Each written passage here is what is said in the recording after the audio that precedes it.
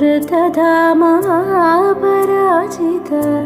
दुरावह प्रणवात्मिक अधिकस्वरातुतिशारद नमोऽस्तु ते।